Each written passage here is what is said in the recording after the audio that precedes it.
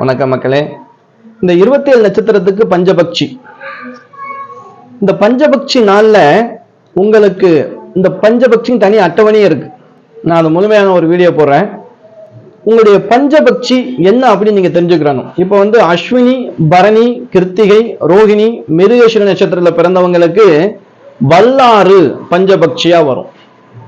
இந்த பஞ்சபக்ஷி உங்களுக்கு பலமா இருக்கும்போது அனைத்து காரியங்களும் வெற்றி தரும்.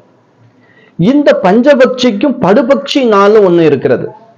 இந்த நாள்ல தான் சிறு சிறு கண்டங்கள் ஏற்படுறது, இல்ல யாராவது நம்மளை எதிரிகள் நம்மளை வீழ்த்த நினைச்சா இந்த மாதிரி நாட்கள்ல தான் நம்மளை வீழ்த்த முடியும். அதனால என்ன செய்வாங்க, பஞ்சபக்ஷி தெரிஞ்சவனு பகை கொள்ளாதே. அப்ப படுபக்ஷி நாள் நீங்க தெரிஞ்சுக்கிறோம் நட்சத்திரத்துல பிறந்தவங்களுக்கு.